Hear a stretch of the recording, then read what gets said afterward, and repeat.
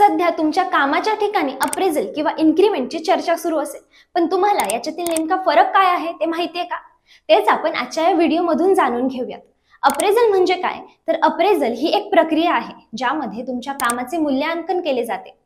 त्रैमासिक, सहामाहिक किंवा वार्षिक कामगिरीच्या आधारे तुमच्या कामाचे पुनरावलोकन केले जाऊ शकते।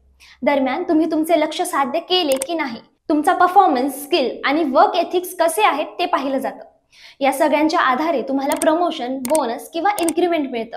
इन्क्रीमेंट देखील अप्रेझलचा एक भाग असू शकतं। अप्रेझल अंतर्गत बॉस आणि मॅनेजर तुम्हाला तुमच्या कामाबद्दल फीडबॅक देतात। परफॉर्मन्स रिव्ह्यू करून संपूर्ण वर्षातील कामगिरीचे मूल्यमापन केले जाते। इन्क्रीमेंट म्हणजे काय? तर आपण फक्त वेतनवाढीबद्दल बोलताना त्याचा अर्थ पगारवाढीचा होतो। तुमचा पगारही अनेक कारणांमुळे वाढतो। कंपनीचे धोरण, कामगिरी, सरकारी नियम इत्यादींच्या आधारे वेतनवाढ केली जाते।